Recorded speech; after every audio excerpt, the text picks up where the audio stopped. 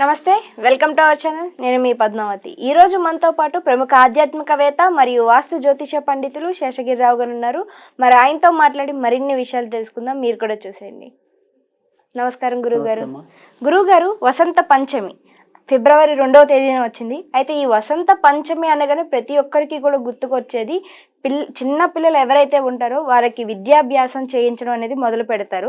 అయితే ఆల్రెడీ అక్షరాభ్యాసం అయిపోయిన పిల్లలు కూడా ఉండి వారికి అంతగా చదువు వస్తలేదు, మళ్ళీ మేము మరోసారి చేయించాలనుకుంటున్నాము అనుకునే తల్లిదండ్రులు మరోసారి చేయించవచ్చు అంటారా వారి పిల్లలతోటి? ఇప్పుడు తప్పకుండా అంటే ఇక్కడ అక్షరాభ్యాసం అని కాదు, అక్షరాభ్యాసం అయిపోయిన వాళ్ళు ఇంకా కొత్తగా అక్షరాభ్యాసం అనేది లేకపోయినా కూడా తప్పకుండా ఈరోజు మనం విద్యార్థులు, అది ఏ రకమైన విద్యార్థులైనా కూడా, అంటే నేననేది కేవలం ఇలా 1వ తరగతి 2వ తరగతి 3వ తరగతి ఇలా మామూలు బడి విద్యని కాదు. అవును. సో ఇతరత్ర ఏదైనా సరే విద్య కావాలని కోరుకునే వాళ్ళందరూ కూడా సరస్వతి దేవిని తప్పకుండా ఈరోజు మనం పూజించాలి. ఎందుకని అంటే కనుక కనుక ఈ సరస్వతి దేవి రూపం కనుక మనం గమనించినట్టయితే ఆవిడది చాలా సాత్వికం. అంటే ఇక్కడ మనకి ఏదైనా సరే ఈ దేవతలు అనేవాళ్ళు కొంతమంది సాత్విక ప్రధానులు, కొంతమంది రాజసిక ప్రధానులు, కొంతమంది తామసిక ప్రధానులు. అలా ఇక్కడ మనకి ఈ సరస్వతీ దేవి తర్వాత పార్వతీదేవి, ఈ రెండిట్లో కొంతమంది మనకి ఉల్టా పల్టా ఉంటాయి. అంటే ఈవిడ తామసం అని ఆవిడ సాత్వికం అని, లేదా ఆవిడ తామసికం ఈవిడ సాత్వికం అని. కానీ లక్ష్మీదేవికి మాత్రం అందరూ రాజసమే ఇచ్చారు. అంటే ఆవిడ రజోగుణం అనమాట ఆవిడ. కాకపోతే ఇక్కడ సరస్వతీ దేవిని మామూలుగా ఎక్కువ శాతం పుస్తకాల్లో వర్ణించింది కానీ అయితే కనుక ఎక్కువ ఈవిడిది సాత్వికం ఇచ్చారు. అందుకని మనకి ఆవిడ యొక్క రంగు అంటే తెలుపు ఛాయలో ఉంటుంది ఆవిడ, అది సాత్వికం. తర్వాత ఆవిడ ధరించే బట్టలు తెలుపు, అది సాత్వికం.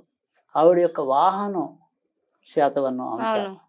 తర్వాత రెండోది ఏంటంటే కనుక ఇక్కడ హంసని కనుక గమనించినట్టయితే హంస అనేది కేవలం ఏమంటాం పాలని నీళ్ళని వేరు చేయగలిగే శక్తి హంసకు మాత్రమే ఉంది. అలాగే మనం జ్ఞానం ఉన్నవాడు మాత్రమే ఏది చెడు ఏది మంచి అనేది విడదీసి నడవగలుగుతాడు. సో అలాంటి జ్ఞానాన్ని ప్రసాదించగలిగే దేవత ఎవరు అంటే కనుక అది ఖచ్చితంగా సరస్వతీదేవి. అందుకని వసంత పంచమి అనేది సరే ఇవాళ మనకి భాషల్లో అనేక ఆ రోజు బోల మందికి అక్షరాభ్యాసాలు జరుగుతూ ఉంటాయి ఆవిడ జ్ఞాన సరస్వతి. అలాగే బాగా అందరూ కూడా అంటే ఇప్పుడు ఈ అక్షరాభ్యాసాలతో సంబంధం లేకుండా జీవితంలో ఒక్కసారైనా దర్శించుకోవాలి అనుకునే టెంపుల్ జమ్మూ కాశ్మీర్లో ఉంటుంది సరస్వతి. సో అది చాలా మంచి ఆలయం. సరే ఇలా రకరకాల ఆలయాలు ఉపాయాలయాల్లో ఎక్కడెక్కడ మనకి ఈ యొక్క సరస్వతి దేవి అనేది అలాగ ఉంటుంది. కానీ ఇక్కడ మనం చెప్పేది ఏంటంటే కనుక ప్రధానంగా అసలు వసంత పంచమి నాడు ఈవిడ ఆవిర్భవించిన దినంగా చెప్తున్నాం. తర్వాత ఇవాళ ఏదైతే సరస్వతి నది అనేది ఉంటుందో అది కూడా ఆవిడ నదే. సో సరస్వతి నది సరస్వతి రూపమే. అందుకని సరస్వతి దేవిని పూజించటం అనేది అన్ని రకాల మనకి అంటే విద్యలు, నేననేది ఒక సాధారణ విద్య బడి విద్య కాదు. మీకు జీవితంలో నేను నా జ్యోతిష విద్య నేర్చుకోవాలనుకున్నాను అనుకోండి, నాకు సరస్వతి అనుగ్రహం ఉండాలి. అంటే ఆ సరస్వతి అనుగ్రహం లేకపోతే మనకు మాట రాదు. మీరు బ్రహ్మాండంగా జ్ఞానం ఉండి మాట్లాడలేకపోయారు అనుకోండి, ఉపయోగం ఏముంది? ఆ మాటల అవసరానికి స్ఫురింపగలిగితేనే మీకు ఆ శక్తి ఉన్నట్టు. అలాంటి వాక్కు రావాలి అంటే కనుక ఖచ్చితంగా వాగ్దేవి మనకి సరస్వతి. అందుకే ఆవిడకి వాగ్దేవి పేరు ఇచ్చారు, శారద పేరు ఇచ్చారు, వాణి పేరు ఇచ్చారు. వాణి అంటేనే గొంతు అని కూడా అర్థం.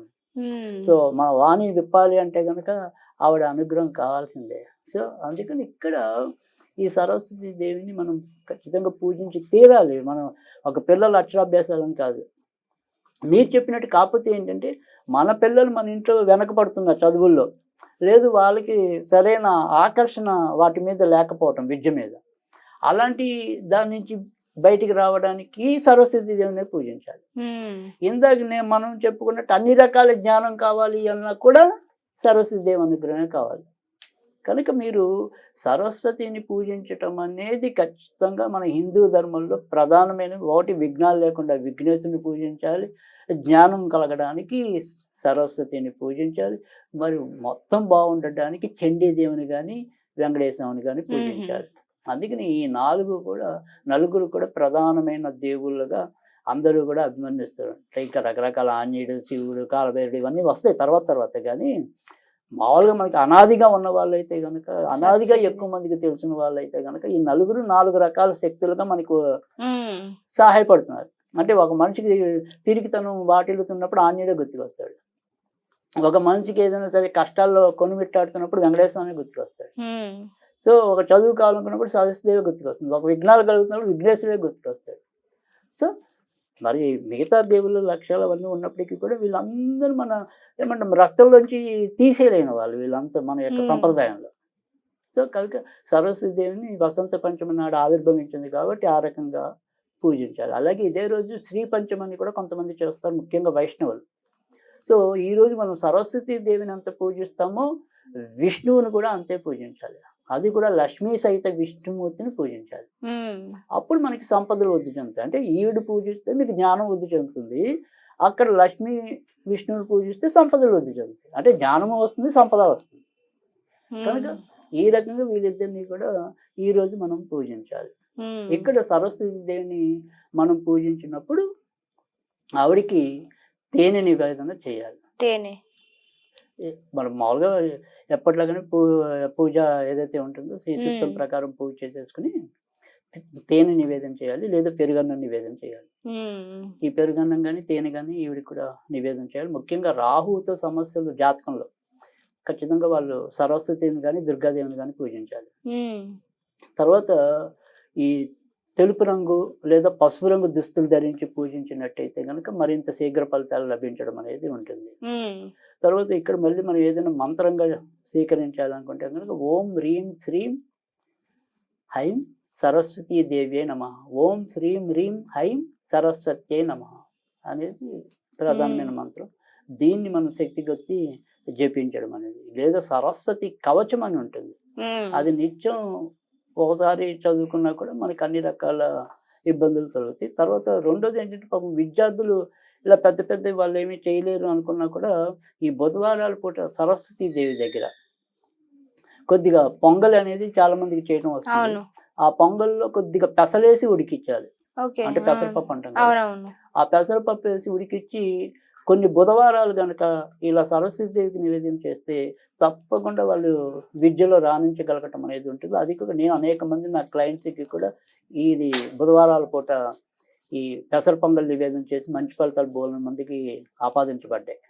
సో అందుకని ఈ నివేదన అనేది విద్యార్థులు అయితే కనుక ఈ రకంగా పెసర పొంగల్ నివేదన చేయటం అనేది సాధారణంగా మన పూజలు మన పద్ధతుల్లో అయితే కనుక పెరుగన్నం కానీ తర్వాత తేనె కానీ నివేదన చేయటం అనేది ఆ రకంగా చేసుకోవాలి. ఆ రకంగా ఈ సరస్వతి దేవి ఆరాధన అనేది చేసుకోవాలి. అయితే ఈవిడ్ని రాత్రి కన్నా కూడా పగలపూట కొలవటం మంచిది. అయితే సరస్వతి దేవిలోనే మనకి దశ మహావిద్యలు కానీ లేదా ఏకాదశ మహావిద్యల్లో కానీ మనకి నీల సరస్వతి అని ఇంకో ఆవిడ ఉంటారు. ఇక్కడ ఈ సరస్వతి అనేది మనకి సాత్వికం అయితే అక్కడ ఆవిడ ఉగ్రదేవత, ఈ నీలా సరస్వతి అని.